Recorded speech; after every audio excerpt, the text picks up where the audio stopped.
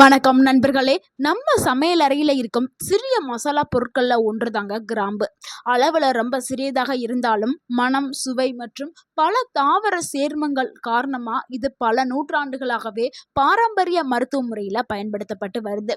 ஆனால் தினமும் கிராம்பு சாப்பிடலாமா, எவ்வளவு சாப்பிட வேண்டும், யாரெல்லாம் தவிர்க்க வேண்டும், உண்மையில் இதனால என்னென்ன நன்மைகள் கிடைக்கும் எல்லாத்தையுமே நம்ம இந்த வீடியோவில் பார்க்க போகிறோம். ஸோ ஒரு நாளைக்கு எவ்வளவு சாப்பிட வேண்டும், எந்த நேரத்தில் சாப்பிட்டா எவ்வளவு நன்மைகள் கிடைக்கும், அது பலன் அதிகமாக கிடைக்கும், எந்த முறையில் சாப்பிடணும், இது ரொம்ப ரொம்ப முக்கியம். ஏன்னா நிறைய பேர் தவறான முறையில் கிராம்பு சாப்பிட்றாங்க. ஸோ தவறான முறையில் சாப்பிட்டால் என்ன விபரீதம் நடக்கும் எல்லாத்தையும் நம்ம இந்த வீடியோவில் பார்க்க போகிறோம். ஸோ வீடியோவை ஸ்கிப் பண்ணாமல் கடைசி வரைக்கும் பாருங்கள். இந்த ஒரு வீடியோ உங்களுடைய வாழ்க்கையை மாற்றக்கூடிய ஒரு அற்புதமான வீடியோவாக இருக்கும். உங்கள் ஆரோக்கியம் உங்கள் கையில்தான். கிராம்புங்கிறது ஒரு மலர் மொட்டு. அதை உலர்ந்த ஸ்டேஜில் தான் நம்மளுக்கு கிராம்பாக கிடைக்கிது. இதில் இருக்கக்கூடிய முக்கியமான ஊட்டச்சத்துக்கள் என்னென்னா யூஜினால், மெக்னீஷியம், விட்டமின் கே, சிறிதளவு இதில் நார்ச்சத்து இருக்குது. இதில் ஆன்டி ஆக்சிடென்ட் சேர்மங்கள் இருக்குது. யூஜினால் அப்படின்னு சொல்லக்கூடிய இயற்கையான சேர்மங்கள் தான் கிராம்புக்கு ஒரு தனித்துவமான மனதிற்கும் பல மருத்துவ நன்மைகளையும் கொண்டது. ஸோ அந்த பண்பு தான் நம்மளுக்கு நிறைய ஆரோக்கிய நன்மைகளையும் கிராம்பு சாப்பிட்றதுனால உடலில் ஏற்படக்கூடிய நன்மைகளில் பார்த்துடலாம். அதில் முதலாவது நன்மை ஆன்டி ஆக்சிடென்ட்டுகள் பண்பு கிராம்பில் அதிகமாக இருக்குது. இதனால் உடலில் உருவாகக்கூடிய ஃப்ரீ ரேடிக்கலை செல்கள் சேதம் அடையாமல் பாதுகாக்கிறதுக்கு இந்த ஆன்டி ஆக்சிடென்ட் பண்பு பயன்படுது. கிராம்பில் இருக்கக்கூடிய ஆன்டி ஆக்சிடென்ட்டுகள் ஆக்சிடேட்டிவ் ஸ்ட்ரெஸ்ஸை குறைக்கிறதுக்கும் பயன்படுது. இதனால் நம்மளுடைய செல்கள் பாதுகாக்கப்படுது. இதனால் முதுமையும் தாமதப்படுத்துது. ஸோ இளமையை நீங்கள் தக்க வச்சுக்கிறணும்னா கிராம்பை நம்ம பயன்படுத்துறது ரொம்ப ரொம்ப முக்கியம். ஸோ செல்களை பாதுகாக்கிறதுக்கு ஒரு சிறந்த உணவாக கிராம்பு இருக்குது. அடுத்து இரண்டாவது நன்மை என்னென்னா வாய் துர்நாற்றத்தை குறைக்கிறதுக்கு கிராம்பு பயன்படுது. கிராம்பை மென்று சாப்பிடும்போது வாயில் ஒரு நல்ல மனம் ஏற்படும். சில பாக்டீரியாக்களுடைய வளர்ச்சியை குறைக்கிறதுக்கு கிராம்பு பயன்படுது. வாய் சுகாதாரத்தை அதிகரிக்கிறதுக்கும் கிராம்பு பயன்படுது. ஸோ பல் துலக்கணத்துக்கு அப்புறம் நம்ம ஒரு கிராம்பை எடுத்து வாயில் போட்டும் நல்லா மென்றுட்டு வரலாம். ஸோ இதனால் பேட் பாக்டீரியாக்கள் குறைய ஆரம்பிக்கும். நிறைய பேருக்கு வாயில் நல்லா ப்ரஷ்லாம் பண்ணுவாங்க. ஆனால் வாயிலிருந்து கெட்ட ஸ்மெல்லு வரும். ஸோ அவங்களால வெளிப்படையாக வெளியில் பேசக்கூட முடியாது. ரொம்ப தயங்கி தயங்கி தான் பேசுவாங்க. ஸோ அப்படி இருக்கிறவங்க எல்லாருமே கிராம்பை வாயில் போட்டு நல்லா மென்றுட்டு நல்லா வாய் கொப்பளிச்சிட்டிங்கன்னா அந்த பேட் பாக்டீரியா எல்லாமே வெளியில் போக ஆரம்பிச்சிடும். ஸோ அடுத்து மூணாவதாக பார்க்கக்கூடிய நன்மை என்னென்னா பல் சுற்றி இருக்கக்கூடிய ஈர்கள், பல் ஈர்களை ஆரோக்கியமாக வச்சுக்கிறதுக்கு கிராம்பு பயன்படுது. கிராம்பு எண்ணெயை பல ஆண்டுகளாகவே பல் மருத்துவத்தில் பயன்படுத்திட்டு வர்றாங்க. இந்த யூஜினால் எதுக்காகனா பல்வலியை குறைக்கிறதுக்கு இதுக்காக பயன்படுத்துகிறோம். நம்மளே வீட்டில் பல்வலி வந்துச்சுன்னா என்ன பண்ணுவோம், கிராம்பை எடுத்து பல் வலிக்கிற இடத்துல வாயில் வச்சு நல்லா கடித்து அதுக்கப்புறம் நம்ம துப்பிடுவோம். ஸோ பல்வலியை குறைக்கிறதுக்கு கிராம்பு ஒரு சிறந்த வலி நிவாரணியாக இருக்குது. அடுத்து நான்காவது நன்மை என்னென்னா செரிமானத்திற்கு இது பயன்படுது. சிலருக்கு வயிறு உப்பசம், வாய்வு, அஜீரணம் போன்ற பல பிரச்சனைகள் இருக்கும். அப்படி இருக்கிறவங்க நீங்கள் உணவு சாப்பிட்ட பிறகு ஒரு கிராம்பை எடுத்து வாயில் போட்டு நல்லா மென்றுட்டு வந்தீங்கன்னா இந்த வயிறு உப்பசம், வாய்வு, அஜீரண பிரச்சனை எல்லாமே குறைய ஆரம்பிச்சிடும். நல்ல ஒரு செரிமானமும் உங்களுக்கு கிடைக்க ஆரம்பிக்கும். அடுத்து ஐந்தாவது நன்மை என்னென்னா அலர்ஜி எதிர்ப்பு பண்புகள் கொண்டது இந்த கிராம்பு. அதாவது இன்ஃப்ளமேஷன் ப்ராப்பர்ட்டி கொண்டது கிராம்பு. யூஜினால் இதில் இருக்கிறதுனால இது இந்த இன்ஃப்ளமேஷனை எதிர்த்து போராடும் தன்மை கொண்டது.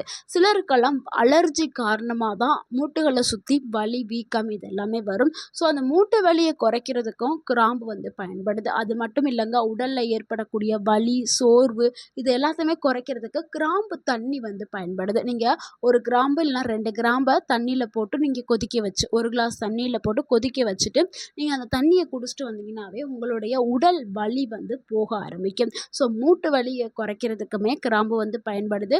முக்கியமாக சிலருக்கெல்லாம் இந்த அலர்ஜி எதிர்ப்பு, அந்த அலர்ஜி நிறையா இருக்கும். ஸோ இந்த அலர்ஜி காரணமாக மூட்டுகளில் வலி ஏற்படும். ஸோ அதெல்லாத்தையுமே தடுக்கிறதுக்கு கிராம்பு பயன்படுது. அடுத்து 6வது நன்மை கல்லீரல ஆரோக்கியமா வச்சுக்கிறதுக்கு கிராம்பு பயன்படுது. ஸோ சில ஆராய்ச்சிகள் என்ன சொல்லுதுன்னா, கல்லீரல வந்து சுத்தம் செய்யறதுக்கும், கல்லீரல வந்து ஆரோக்கியமா வச்சுக்கிறதுக்கும் கிராம்பு பயன்படுது. அதனால கிராம்பு பயன்படுத்துது நம்மளுடைய கல்லீரல் சுத்தத்திற்கும், அது வந்து ஒரு கல்லீரலுடைய செயல்பாட்ட ஆதரிக்கிறதுக்கும், கல்லீரல சுத்தமா வச்சுக்கிறதுக்கும் பயன்படுறதாக சொல்லப்படுது. அடுத்து வந்து 7வது நன்மை என்னன்னா, ரத்த சர்க்கரைய கட்டுப்பாட்டுல வைக்கிறதுக்கு கிராம்பு வந்து பயன்படுது. ஸோ சில ஆரம்ப கட்ட ஆய்வுகள் என்ன பண்ணியிருக்கு, அதில் ரிசர்ச் பண்ணும்போது கிராம்பில் இருக்கக்கூடிய சேர்மங்கள் இன்சுலினுடைய செயல்பாட்டை ஆதரிக்கிறதுக்கு பயன்படுறதாக கூறப்படுது. அதனால் சர்க்கரை நோயாளிகள் தாராளமாக கிராம்பு தண்ணீரை வந்து பயன்படுத்தலாம். இதனால உங்களுடைய சர்க்கரை அளவு கட்டுப்பாட்டில் வர ஆரம்பிக்கும். இதுக்காக வந்து நீங்கள் மருத்துவர் கொடுத்த மருந்து மாத்திரையை ஸ்டாப் பண்ண வேண்டாம். அவர் கொடுத்த மருந்து மாத்திரை கூடவே நீங்கள் கிராம்பையும் எடுத்துக்கிறணும். நிறைய பேர் என்ன நினச்சிக்குவாங்கன்னா, கிராம்பு சாப்பிட்டா சர்க்கரை ரொம்ப கம்மியாயிரும் அப்படின்னு நினைக்கிறாங்க. ஆனால் அதிகமாக நீங்கள் சாப்பிடக்கூடாது. எல்லாருமே வந்து ஒரு நாளைக்கு 2 கிராம்புகள் தான், அதுக்கு மேலே பயன்படுத்தக்கூடாது. ஸோ அளவுங்கிறது ரொம்ப ரொம்ப முக்கியங்க. அதை மட்டும்தான் பயன்படுத்தணும். அடுத்து 8வது நன்மை என்னன்னா, நோய் எதிர்ப்பு சக்தியை அதிகப்படுத்துறதுக்கு கிராம்பு பயன்படுது. ஏன்னா இதில் ஆக்சிடேட்டிவ் தன்மை இருக்குது, தாவர சேர்மங்கள்லாம் இருக்கிறதுனால இது நோய் எதிர்ப்பு செயல்பாட்டை அதிகப்படுத்துறதுக்கு பயன்படுது. அடுத்த 9வது நன்மை, சளி காலங்களில் கிராம்பு சேர்த்த ஒரு சூடான பானத்தை வந்து நம்ம குடிக்கும்போது தொண்டைக்கு ஒரு நல்ல நிம்மதி வந்து கிடைக்கும். சிலருக்கெல்லாம் தொண்டை கரக்கரன்னு இருக்கும். அப்போ வந்து நம்ம பால்லையோ இல்லை வெறும் சுடு தண்ணி, அதாவது கிராம்பை கொதிக்க வச்சு அந்த தண்ணியில் தொண்டையை கொப்பளிச்சுட்டு தண்ணியை குடித்தோம்னா நம்ம தொண்டையை வந்து ஒரு நல்ல நிவாரணி வந்து அது செயல்படும். சளி எல்லாத்தையுமே குறைக்கும். சளி, இருமல், காய்ச்சல் எல்லாத்தையுமே குறைக்கிறதுக்கு கிராம்பு தண்ணி பயன்படுது. அடுத்து 10வது நன்மை என்னன்னா, நம்மளுடைய உணவுக்கு நல்ல ஒரு சுவையையும் மணத்தையும் கொடுக்கறதுக்கு கிராம்பு வந்து பயன்படுது. ஸோ உடம்புல இருக்கக்கூடிய மற்ற தேவையற்ற நச்சுக்களை வெளியேற்றத்திற்கும் கிராம்பு வந்து பயன்படுது. அதனால தான் இதை நம்ம பழங்காலங்களில் உணவுகளில் வந்து நம்ம சேர்த்துட்டு வரோம். ஒரு நல்ல ஸ்மெல்லு கிடைக்கும். இதனால் எல்லாருமே விரும்பி சாப்பிடுவோம். இப்போ சூப்லலாம் கிராம்பு சேர்ப்போம், அதில் ஒரு நல்ல ஸ்மெல்லு கிடைக்கும், அதிகமாக நம்ம சாப்பிடுவோம். அதனால தான் உணவுகளில் சேர்க்கிறார்கள். அடுத்து ஒரு முக்கியமான நன்மை என்னன்னா, எலும்புகளை வலுப்படுத்துறதுக்கு கிராம்பு பயன்படுது. கிராம்பில் மெக்னீசியம், கால்சியம்லாம் இருக்கிறதுனால இந்த தாதுக்கள் வந்து எலும்புகளை ஆரோக்கியமாக வைக்கிறதுக்கு பயன்படுதுங்க. இது முக்கியமாக வயதானவர்களுக்கு கண்டிப்பாக இந்த ஒரு கிராம்பு வந்து பயன்படும். ஏன்னா அவங்களுக்கு தான் எலும்பு சார்ந்த பிரச்சனைகள் எல்லாமே வர ஆரம்பிக்கும். அடுத்து உடல் சோர்வை குறைக்கிறதுக்குமே கிராம்பு பயன்படுது.